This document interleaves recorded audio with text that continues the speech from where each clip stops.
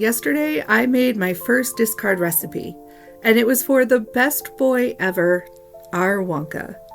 I made him peanut butter dog treats, and it was a huge hit. I have been putting off making discard recipes with really zero explanation as to why. So yesterday, I decided I was feeling good. I wanted to try it. It's a simple recipe, and it doesn't take long.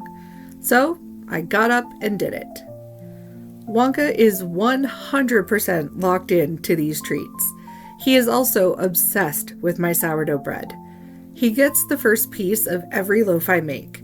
No matter how deep the sleep is or how loud the snoring is that he is doing, the minute the knife hits the crust, he is there, ready and waiting. Yesterday was also Mother's Day, and so I want to talk about Wonka, which might sound weird, but stick with me. Wonka is a rescue that I was ready to move mountains for. When Aiden was in treatment, the only thing that he said that he wanted was a support dog. There was just one huge problem. We are not allowed to have dogs. Obviously, there are laws in Massachusetts that say we would be allowed to have the dog, based solely on Aiden's diagnosis. But I wasn't about to do that to our landlord.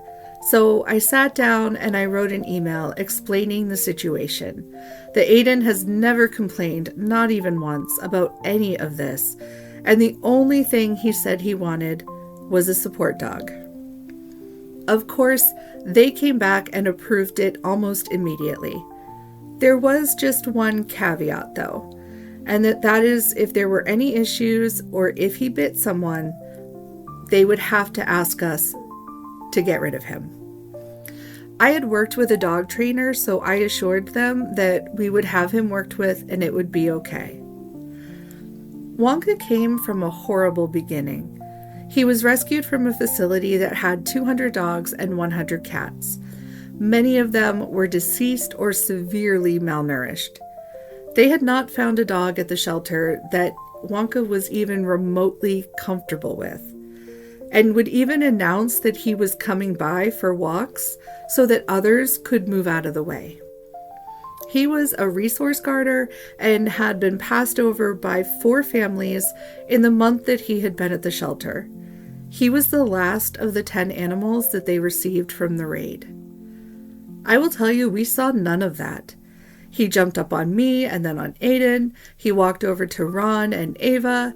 He took our seats and stole them when we sat on the floor to play with him.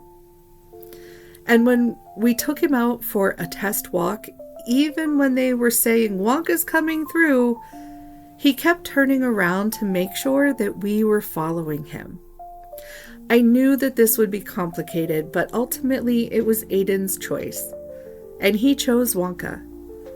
I told him that we had nothing but time to acclimate Wonka to this new life since we were basically in isolation ourselves.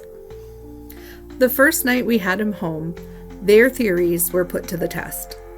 Right out the gate, he inhaled a Kit Kat wrapper that he found under Aiden's bed. I had no idea what to do. I had nothing to offer him that was quote-unquote better, as they explained to me just mere hours before. So I said a quick prayer, told him please don't bite me, and I opened his mouth, stuck my hand in, and took the wrapper out. Wonka did nothing. No growl, no bite, no aggression, nothing they warned us about. I knew then that we made the right choice with Wonka, and that he trusted us. He became our emotional support dog, and we became his emotional support people. Wonka would split his time between Aiden's room and my room. He alternated between us, and when Aiden was working, he would cuddle up with me on the couch and do work with me, since I worked from home. Wonka is the absolute best dog. He loves Aiden and all of us so much. Our daughter even discovered she is great at training him. She worked really hard with him and did an excellent job, until he moved out with Aiden. Now that they're both back, she has to start all over again with him, which is also good for her. He helps all of us. He even slept with Ron on the futon while he was recovering from surgery. Even though at this stage he is sort of all of our emotional support dog, what he did for Aiden when Aiden needed it most, as a mom, is something that I will always cherish. Now I look at his little gray face and I realize he's going to be 7 to 9 this fall. We don't know how old he is, and it makes me sad. So as my daughter says, if he's gray, it's okay. He even had a sleepover in here with me and gets all the treats that he wants. He is such a good boy, and we are so lucky to have him. So on this Mother's Day, I wanted to honor the dog that as a mom has been there and done so much for my children and for me.